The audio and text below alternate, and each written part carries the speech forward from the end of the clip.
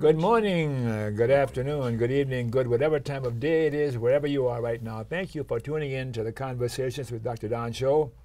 The show is produced and broadcast from the Portland, Oregon area. For your first-time viewers, Conversations with Dr. Don is an ongoing series of one-hour standalone talk shows where I interview interesting people, like most of you out there, about who they are as unique, one-of-a-kind individuals and about whatever it is we've decided to talk about. And my guests this evening are Lloyd Morbett, longtime friend, and Catherine Chuddy. Correct. I've been practicing it. I almost got it right this time. You did pretty good. And we're both connected with the Oregon Conservancy Foundation. Yeah, and I'm so glad to see you. Yes. Wonderful to see you, Yeah. too. And I've never had you in front of the camera before. I don't think so. Oh, well, a treat, a real treat. But we want to put you in front of the camera. And the reason why we want to is because you wrote a poem. Yeah, that's right. And we think we ought to start the show with that poem. Okay. Now, for your first-time viewers, Conversations with Dr. Don is an ongoing series of one-hour standalone talk shows where I interview interesting people like most of you out there about who they are as unique, one-of-a-kind individuals and about what it is we decided to talk about.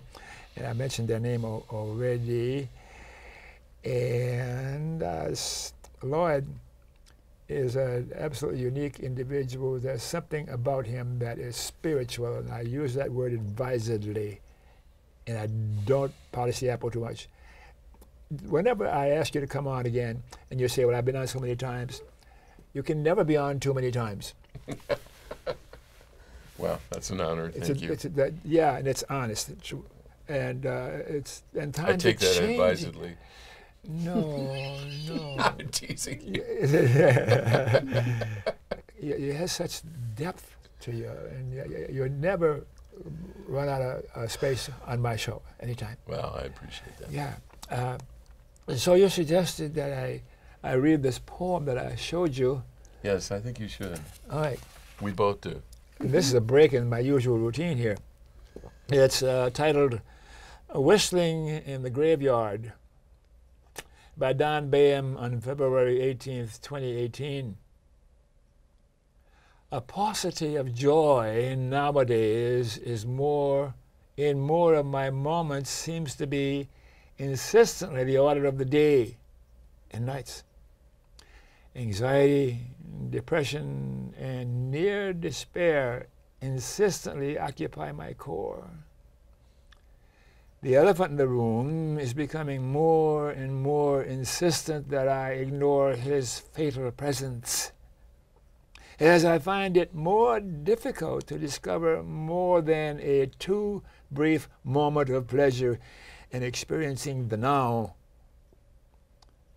So don't expect a beautiful poetic treatise from me today until fate exercises Trappenstein.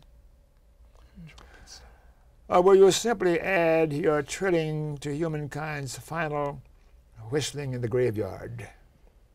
As the minute hand of the doomsday clock advances even closer to humankind's seeming terminal extinction. Vinny, I was just so excited reading it on television. Thank you, Lord, for asking me to. Thank you. Oh, you can have this. Yeah, so as you know, the first part of the show is about who you are, and I may ask you a few more questions about who you are because he's been on 1,000 times. Or at least 100. And then we will talk about the things related to the title of the show. Where is it here? Grindstoning in the age of Trump. Grindstoning in the age. Isn't it interesting? Your poem addresses the very thing that we want to talk about in this show. The despair, the whole 9 yards that we're confronting. Yeah.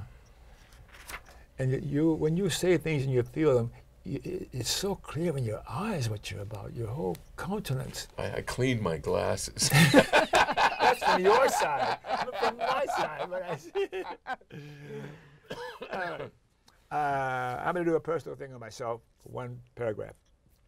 And then we will talk to you, and then we'll grill him for a moment or two. I was born in New Orleans, Louisiana, of red, white, and black Roman Catholic parentage on December 26, 1928. Today I am a-religious and accepting of all others. I'm a retired PhD clinical psychologist and present-day television broadcast journalist.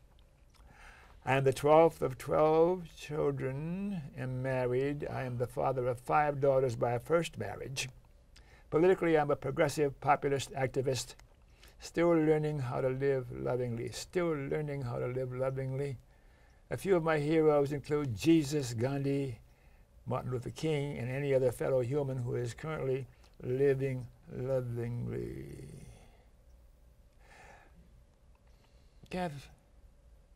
Catherine, if I'd ask your best friend, who is Catherine? What would she or he say? Catherine is, be your best friend.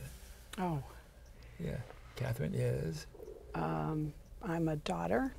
You said I want you to be a third person. She's a daughter of a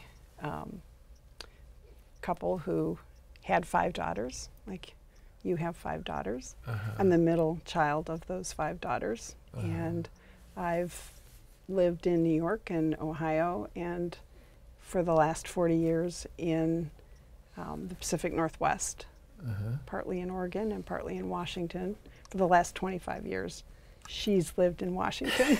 You caught it.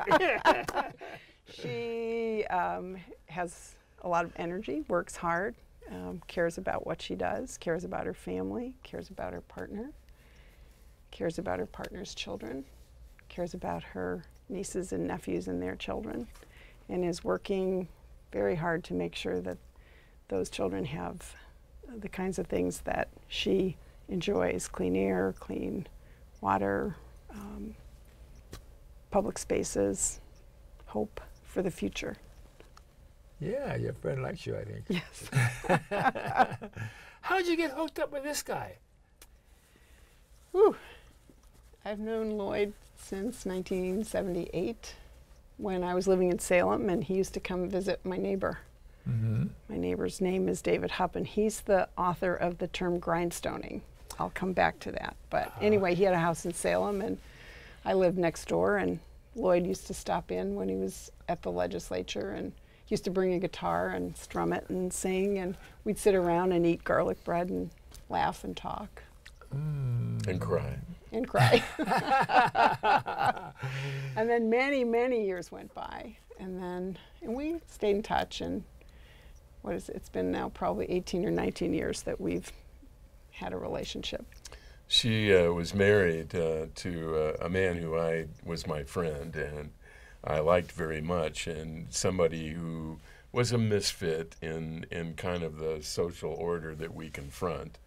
And but who had many, many things to say about the despair you talk about. Yeah, he did. He was very vocal about it, and he was kind of like the class clown. He was always humor was a big part of his life, and you know, she was adoring of him. I mean, I'd come to their parties and she'd be off kind of on the perimeter watching him like Buddha do his thing, and I used to say to her, when are you going to come my way?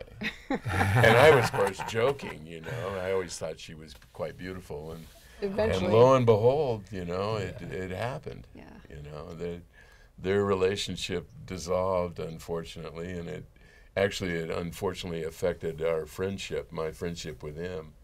But, you know, and I feel bad about that, but, you know, it was what it was, and I don't regret the time that I've traveled with her. She's, as I have said recently in a poem, she's the rising star, and I'm the setting sun. So. Okay. And where were you born? I was born in Buffalo, New York. Yeah, yeah. Why were you born? Why? Why does everyone ask me the same question back again? Why? That's funny.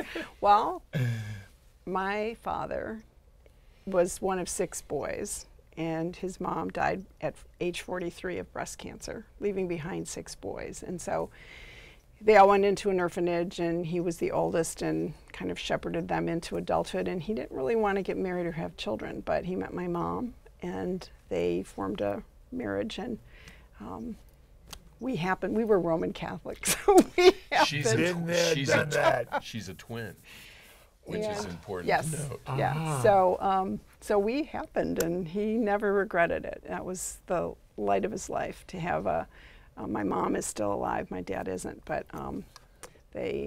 he lived to 96, and my mom is out here visiting now. She's 92. Wow. Religious preference, do you have one of those? Are you a Roman Catholic? Are you still today? I'm by history Roman Catholic. Mom's probably watching this. I'm a non-practicing Catholic. But she has great hope and praise for my redemption. They do, the old folk, yeah. I was an altar boy for years and years and was going to be in the seminary, but at the last minute I recognized that I probably couldn't stop pleasuring myself. Never mind, cancel that. Well, see, I thought until I was in 8th grade that I had a vocation to be a nun, because I fought it so hard that I figured it was there, so how could I get out of it? But somehow I managed the Salvadorian priests are what That's right. altered her Yeah, greatly. I went to high school with Salvatorian priests, and they were social justice advocates and great questioners of what we'd been taught as elementary school students, and they wanted to know why we believed that Noah had an ark, or that, there were all these stories, and they wanted us to look at what was actually happening out in the streets and what was happening with poor people, and taught me to question and question authority. Yep, question authority, and to Oscar believe. Romero comes to mind for me. That's exactly right. That's exactly right. When I hear her story, I think of him too. Yeah. Education, formal education, how much of that you got? 12 years of Catholic school through high school, 4 years of graduate school. You see that? That hole in my chest? Yeah. That's too many mea culpas. Oh, You didn't know yes. that. You heard that, of course. Bless me, Father, for us. But anyway, In Toribo Adultari Dei. so I did. You Catholics. I have We're coming to you pretty quick. so 4 years of college and then 4 years of graduate school, all but my dissertation in interpersonal communication from Ohio University. Uh-huh. And when you were working anymore? I spent 30 years as a therapist here in I knew there was something else wrong with you. at Legacy Emmanuel Hospital primarily. They have a inpatient adolescent psych unit for suicidal kids, which is currently located at Unity. There's a new freestanding facility. But anyway, I was a full-time therapist. She's seen the worst of the worst, let me tell you. I was there for 30 years, and now I'm on call. You don't have an empathy deficiency, do you? No, actually, empathy is the core of everything. Relationship and empathy. We don't need you. We're going to be here a while. And that's fine, Dr. Don, really. I'm the setting sun, and she's the rising star. And I mean that. I mean, I look at her that way, and I think it's wonderful. Yeah. All the humanity in your face and in your eyes. I'm so fortunate this evening. Yeah. See, we don't need to ask you about your political persuasion. We know that. Progressive. I used to have arguments with my father, and he would call me a liberal, and I would have to correct him and say, I'm a progressive. Because liberal is such a, it's contaminated. It is. But my dad would always say that he would listen, and he always said, well, we'll agree to disagree, and I may take some things from what you had to say. And eventually he would acknowledge some things. I think my mom tries to, but it's really hard when you hear certain things and that's what you believe, and then someone else tells you they see it really differently. Yeah. I witnessed many a phone conversation that Kathy had with her father. I tell this story because it is kind of funny. They would butt heads, and there was a real exchange of information. It would start in at that time I was living in my trailer, and then if it really got heated, Kathy would take it outside, and I'd see her pace. But the thing that I could always tell when the conversation was ending, because she would say, "And what would Jesus do?" She would say that to her father, and that of course gave him pause. He that would gave have to pause, think about it. So. Thank God for those Salvadorian priests. That's all I got. Yeah. The difference between sympathy and empathy, is there a difference between those two things? Oh, I don't like definitions. Okay. Empathy is where I hear your perspective and I can communicate to you that I get it, I'm understanding.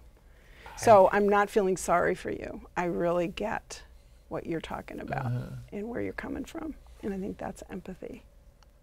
And for two human beings capable of loving each other, then the words are not necessary. Right. Like I can read you. I'm very fortunate in that regard. You don't need to say something. And you said a word to me one time, you said about love you when we were hugging each other, and it had a different meaning than when the average person says to me, I love you. Different. And then when I look at you as a moment, in a moment, I see it. I'm experiencing it. This is where spirituality means something to me, something beyond the woo-woo stuff out in the world. But don't get me started. Yeah. Memberships in political or social or civic organizations, any of those come to mind? Well, let's see. I'm a member of the Sierra Club. Yes. And I work with their Southwest Washington task force that's been working on fossil fuel issues for years. Yeah. And I'm on the board of the Oregon Conservancy Foundation. She's my boss. Part of him. And you're going to talk about that in a couple of minutes.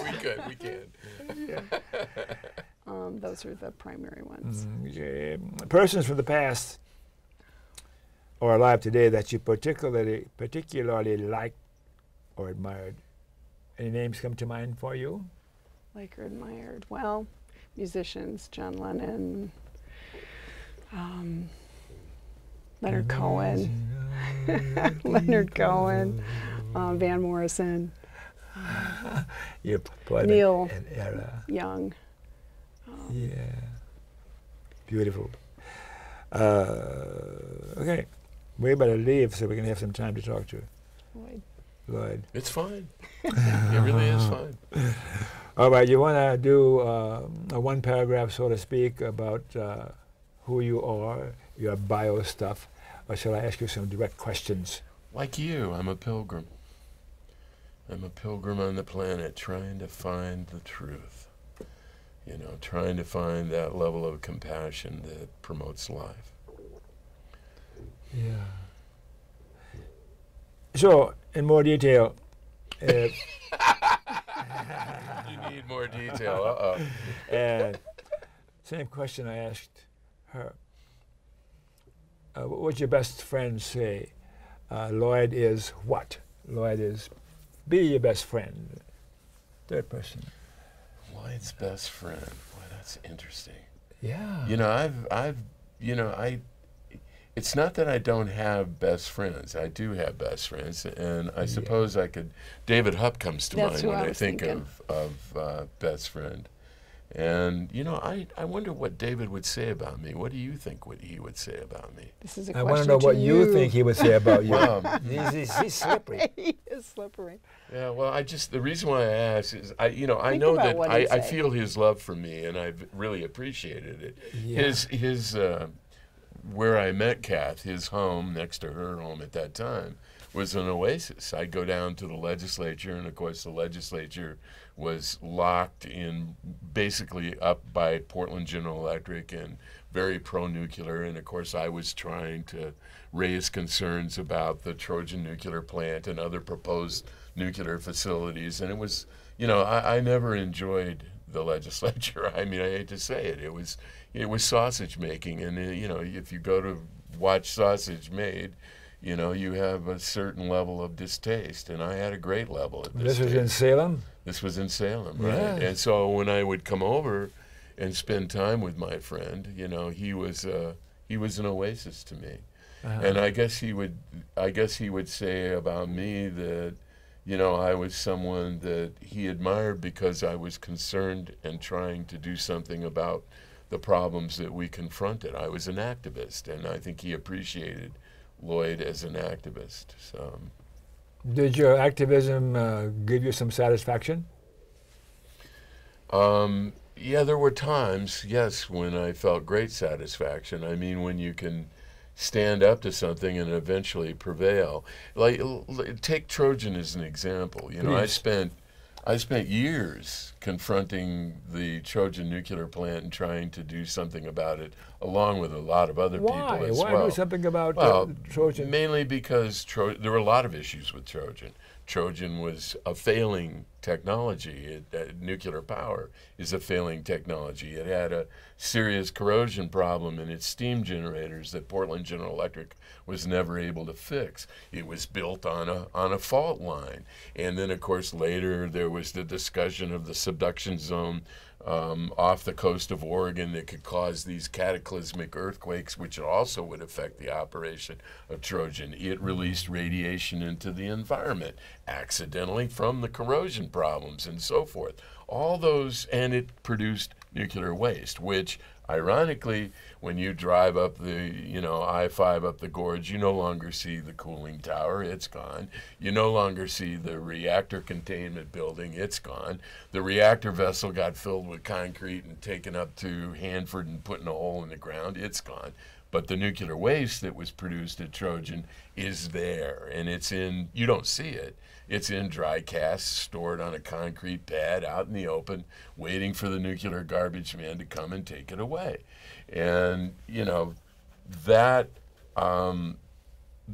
that those long years of trying to, talk about the problems at Trojan and doing initiative petitions and gathering thousands of signatures. I mean, I spent a large part of my life on the streets collecting signatures at the Rose Parade and all the various events that went down. And every time we lost the election, every time Portland General Electric set the record for spending, and we lost usually on a 60-40% margin, something like that. And the thing that amazes me is that what I realized when Trojan finally was shut down by the utility, who ended up throwing in the towel, was that because of our persistence, and this is the grindstoning that Kathy wants to talk about, because of our persistence, because we rose from the ashes like the phoenix bird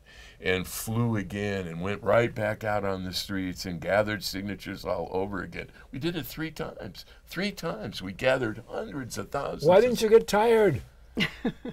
Because it never got tired of failing. It failed repeatedly.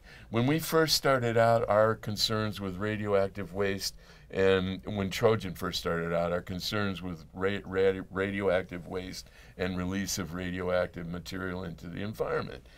Then time goes by and they discover the earthquake faults at Trojan and the fact that the buildings were not built correctly to withstand them and other problems that concerned at the plant. And then it was the steam generators. The steam generators began to fail because of some unknown corrosion problem inside the reactor vessel.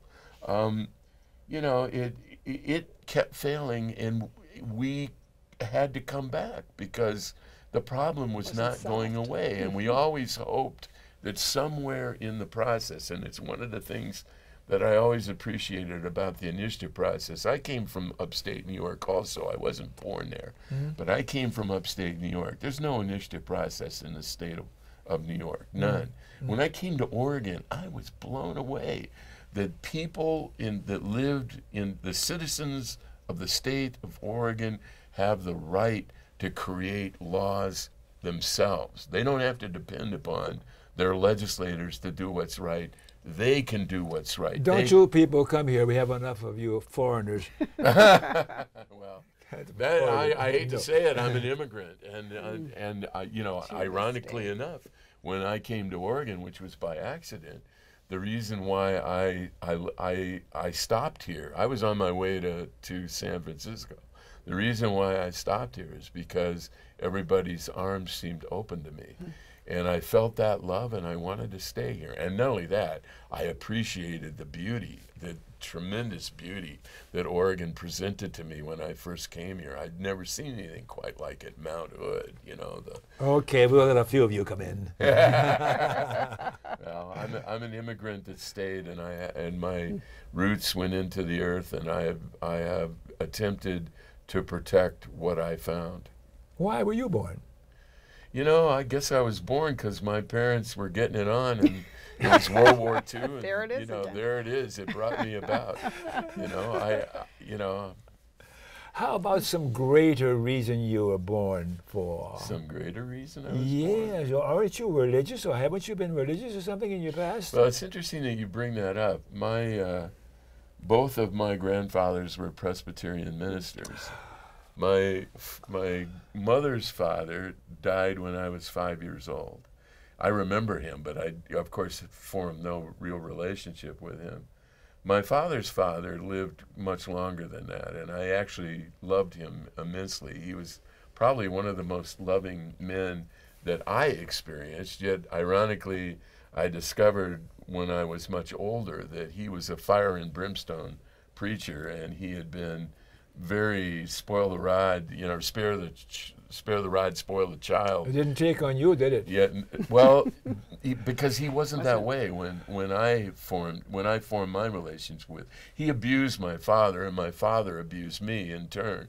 But he was not like that when I met him. All I've experienced was this wonderful love, and he, of course, thought that at some point God would talk to me and I would become a preacher. He thought that I was the next preacher in the family. Little did he know. But that's not the calling that I had. I didn't have that kind of calling. What was the calling that you had? I think the calling that I had was more like discovering the relationship that Native Americans had to the earth and to, you know, the greatness of life, the great spirit of life. That, to me, somehow spoke in greater volumes. And I looked at what was happening to the planet and the trashing of the planet as my calling. In fact, you know, when I decided to become an anti-nuclear activist, I had come back from the Vietnam War, and I was greatly disillusioned by what I experienced in the Vietnam War. And so I at the time, my daughter's mother had picked up a book at the library called Perils of the Peaceful Atom, and she read this book, and she was so agitated by it, she lobbied me to read it too, and so I read this book, and I suddenly realized that, wow, they're building the Trojan. This was when Trojan was being built. Yeah. And, you know, here I am bringing helping to bring a new life into the planet, and, you know, I had to do something about it. I just had to do something about it. And my first thought was to run. You know, up until that point, it seemed like most of my life had been that way. You know, I grew up in an ethnically divided neighborhood. There was a lot of gang stuff, and, you know, I was always on the run. I never wanted to get caught by any of that kind of stuff. And so when I first learned about Trojan, my thought was, I got to go to Canada. I got to leave. And I was reading this book, Perils of the Peaceful Atom, and I'll never forget it. I got to this point where I turned the page over right around the time that I'd said to Diane, I think we ought to go to Canada. And then that title of the next chapter in the book was Don't Bother Running. And that just grabbed my brain. And of course, what it introduced me to was the earth. You know, we live in an enclosed life support system. There's no running away from the contamination of our environment. It's all around us. Mm-hmm. And at that point, like a rat cornered, I suddenly realized that I had to do something about this. So here I am. I'm just a rat, really. All right. Here's a very probing question. I've never asked this of anybody before. In 18 years I've been doing this. What would you like to have people read when they read your tombstone? Wow. What would I have people read when they read my tombstone? Yes. I always joke with Kathy. One of the jokes I had with Kathy is I thought that when I died on my tombstone, it should say, "Girlfriends are nice, but food is essential." Well, I wonder why you arrived at that. There you, I know. I hear you. I hear you. I hear you. You know, I wrote a poem about that a long time ago. I'd have to dig it up, but my take on it is that there would be no tombstone for me. I knew that was coming. There would be no tombstone. I'm just, you know, my life has been an effort to try and leave things a little better, and as long as that little better survives, that's my tombstone. And you know, where now? I was thinking this a moment ago as I was listening to you, and I noticed how this woman looks at you, complete listening and involvement. There's no wonder the love between you. I never see that. She's always telling me what to do. I contacted her. I'm teasing. I'm teasing.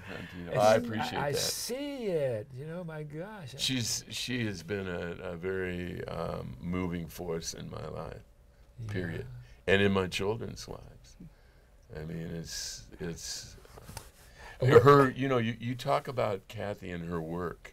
You know, she works with you know, she worked with children that had realities that I thought my life had problems, but the stories that she would bring home just blew me away. And, you know, I don't know how she was able to do it. I mean, I have nothing but great respect for who she is, because one of the things, and I'm divulging something that is personal, but, you know, one of the regrets she has is she never had children. But she has taken on everybody's children, everybody's. I mean, it's amazing. And she has a way of deftly putting herself into their lives and making them better or whole in a way that is just nothing but admirable to me. I mean, that's how I see it. So, what a pair! What a pair! Now, they're going to yell at me because they just sent me a sign. I don't know what time we got. Is it? we've only just begun. Okay, one last question: persons from the past or alive today that you look up to or admire. Anybody? Any names come to mind? Well, for Gandhi you? is, of course, someone that immediately comes to mind. That, you know, in fact, I was fascinated by Gandhi when I first became aware of him. You know, you mentioned Martin Luther King. And, yeah. You know, Martin Luther King is another one of those people. There's you know, there's a number of people of that persuasion that have affected my life. Are you a tree hugger? Are you a tree hugger? Yeah, I like trees. I'll hug them. You know, why not? Especially the bigger they are. I can never surprise him, you know. And that rich, rich baritone that I've always admired. I had to mention it one more time. Oh. Because I've been studying music now and singing for about 3 years now. Oh, have you really? Wow. Yes. So I sing. Oh, my director will yell at me if I try to sing again. But it's my new enjoyment in life. It's a whole new world, a whole new language. Oh, far out. Without exaggeration. Far out. Yeah. I'm glad. So we better take a break and put up a few thoughts of mine, and then we'll come back and talk about the subject.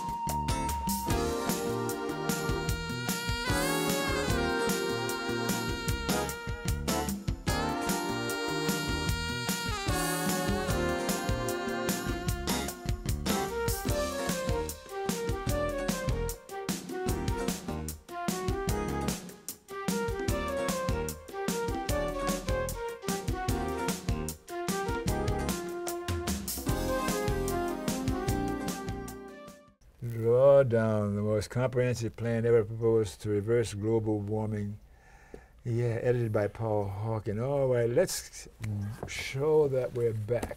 And thanks for staying tuned as we were chattering away here. And for you viewers who missed the opening of the show, Conversations with Dr. Don is an ongoing series of one-hour standalone talk shows where I interview interesting people like most of you out there about who they are as unique, one-of-a-kind individuals, and you two are really unique. And about whatever it is we've decided to talk about tonight. Grindstoning in the age of Trump. Lloyd Marbett and Catherine Chudy. Yes. I did it again. I'm so proud of myself. And you were saying something. Oh, so when I was in high school, I was in a play, and I was Antigone. So this was the French version that Jean Anouilh got past the censors during World War II. So that the Nazi censors. Right. Yes. If you remember, Creon was king, and his niece, Antigone, was greatly disturbed because there was a battle between her brothers, and one of them Creon was going to bury with honors, and the other he was going to lie out in the field without a burial. And she thought that was wrong, and she defied him, and he took the position that he had to respect the laws of the state, and he had to do what he had to do, and why couldn't she just be happy?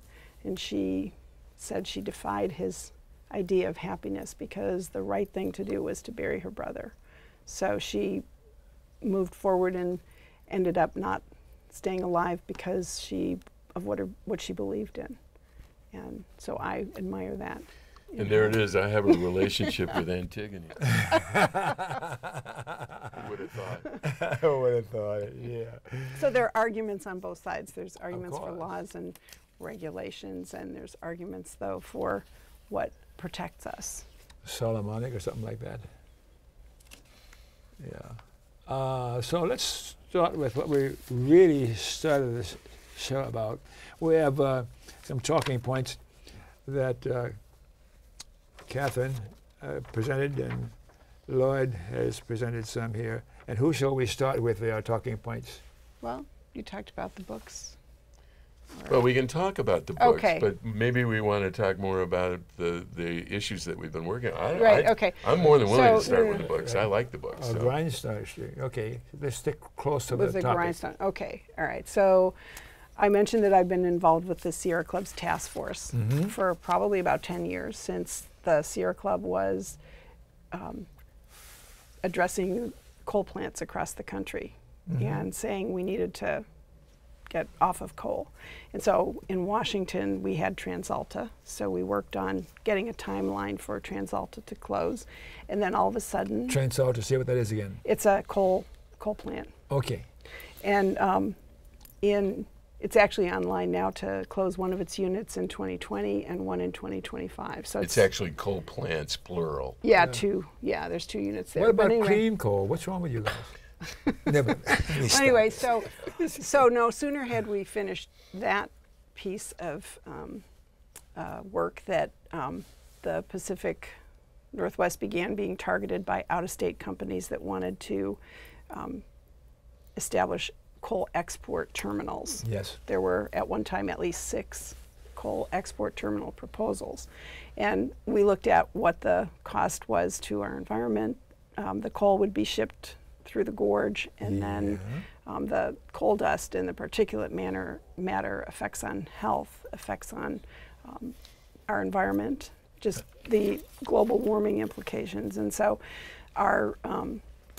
there's a coalition called Power Past Coal. Involves a lot of different organizations: Columbia Riverkeeper, the Sierra Club, Friends of the Gorge.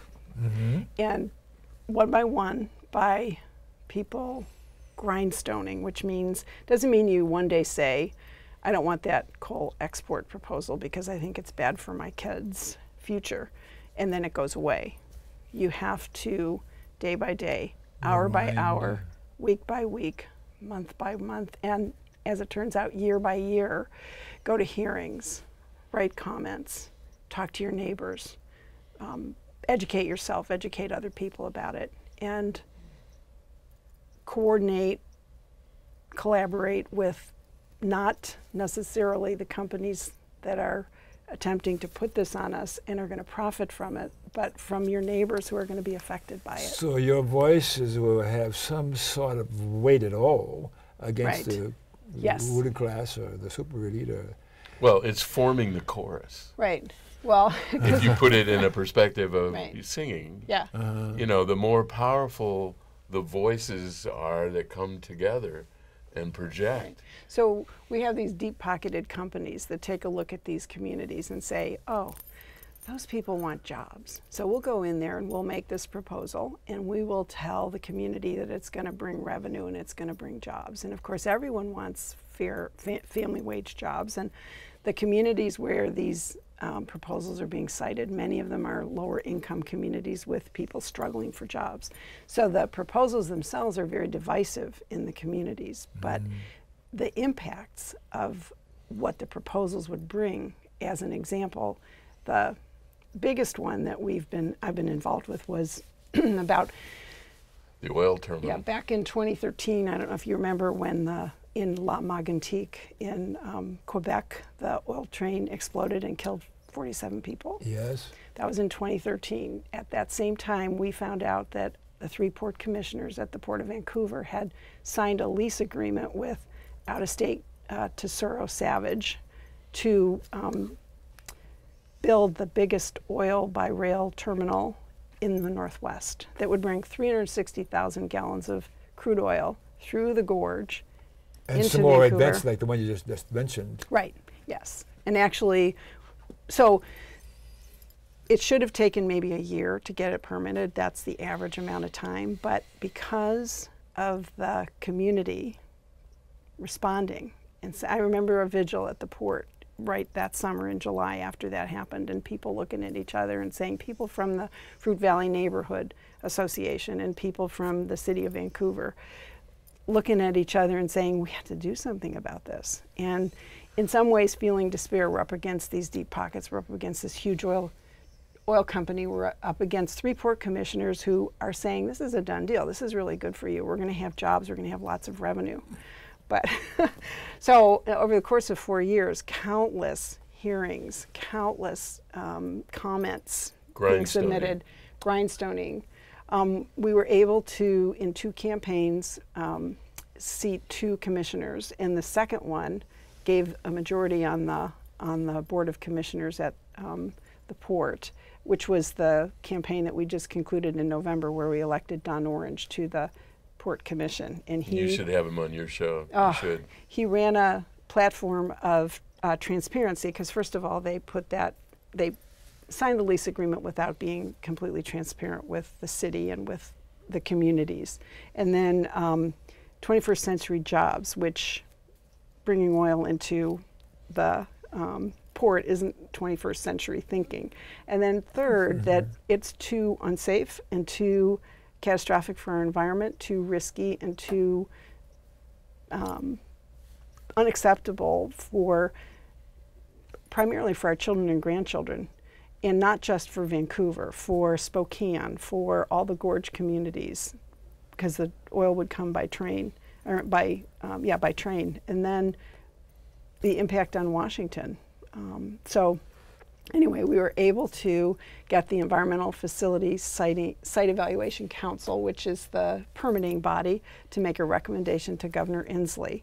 To reject it. Yes, in November. They made that recommendation. In January, Governor Inslee, because of what he saw in terms of the grassroots opposition, the thousands of tens and hundreds of thousands of comments, the people who showed up at hearings, people who wrote him, called his office, he said he wasn't going to permit.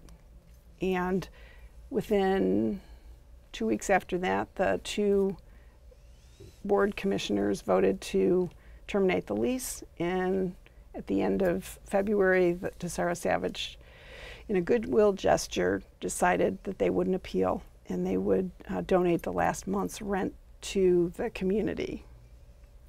They've cost our community a lot, but at the same time, what we were able to show is that we could hold the line and we could decide what kind of a community we wanted. I mean, we worked with the Vancouver City Council that passed a resolution. Lots of cities along the rail and the river passed resolutions saying we don't think that this is safe or healthy for our community. What's the status of that today? It's dead. Done. That's the amazing thing about this, Don, when you think about it.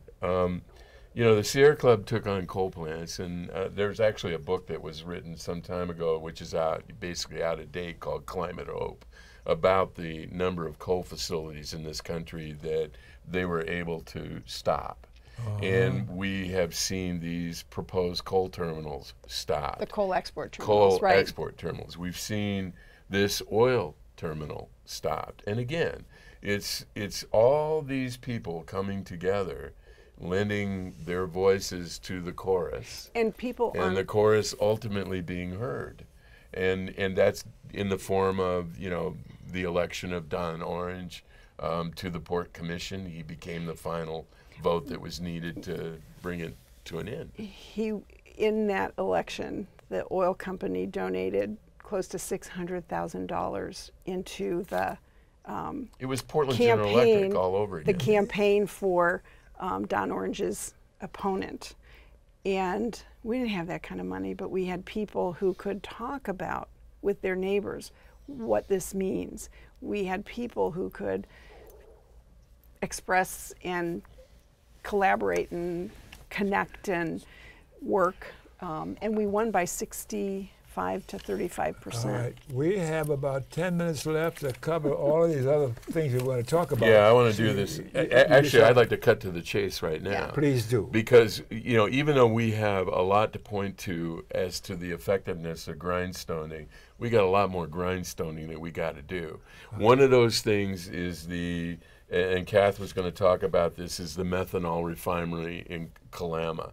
This is a refinery that they're going to pipe in fracked natural gas to in order to make methanol, and then the methanol is going to be shipped in ships to China, where it can either be used directly as a fuel or it can be used in the creation of plastics. It's going to put out, as I understand it, the level of CO2 emissions from that plant are equal to what the state of Washington is producing. I mean, it's that bad. It's really that bad. This needs to be grindstoned. Another thing that needs to be grindstoned is the Jordan Cove LNG facility, which we thought was dead. This is supposedly dead, and I invite people to go to the Klamath Tribe's website. It's very interesting, very simple to remember how to do this. It's Klamath Tribes, one word, .org. www.klamathtribes.org. They have a video on there in which they're talking about this, and recently an article was, in a guest opinion piece was submitted to the New York Times entitled, "The Next Standing Rock, a Pipeline Battle Looms in Oregon," because in order to make the Jordan Cove liquid natural gas facility work, they've got to build a 234-mile-long pipeline from Malin, Oregon to Coos Bay to connect up with a pipeline. It's called the Pacific Connector Pipeline. It's going to run right through the Klamath Indians Tribes Reservation, the land that they love. It's going to cross the Kalama River, which is sacred to these people. And, you know, they're trying to bring back the Klamath River with getting rid of the dams that have been built on there. In 2020, those are supposed to be taken down. And now they're going to run a pipeline under it. You know, so God knows what's going to happen. And these people are desperately seeking our help to try and stop this. So again, another grindstoning opportunity. And of course, the other grindstoning battle that we confront, which Kathy just confronted down in the legislature in the state of Washington, is trying to make nuclear power into a clean energy resource by legislating it. In other words, providing a definition in the law that says nuclear power is clean, therefore we can subsidize small modular reactors. We can build those. We've confronted this battle in Oregon now in the 2015 legislative session. In the 2017 legislative session, they're trying to take away the law that we passed on the streets of Oregon that says that you can't build a nuclear power plant in the state of Oregon until there's a federally licensed repository for the waste, and it has to be put to a vote of the people. They want that law changed. They want to allow small modular reactors to be built in Oregon. We're going to confront that in the 2019 legislative session. I can predict it. I'm saying, I prophesize that this is going to happen. It's going to be just like 2015, 2017, and what's been happening there. And I know Kath wants to say something, so I'm going to. So, are you sure you're not both communists? So there's 2 points. Well, one is going back to grindstoning in the age of Trump. What we hear nationally is regulations are job killing. We have to get rid of them, and so we see the EPA dismantled. We see clean air and clean water going away, and dirty air and dirty water coming back. And we could look at that, and we could be in despair, or we could look at what's happening on the local level and do what we did in Vancouver, and each successive, like stopping 6 coal export terminals out here and stopping this big oil to rail terminal gives other people the idea that we can maybe stop this Kalama methanol refinery if we act on a local level with the people that we know, and we don't see regulations as job killing, but we see them as protections for our children and our grandchildren. We want them to have clean air and healthy water. We can't rest on our laurels.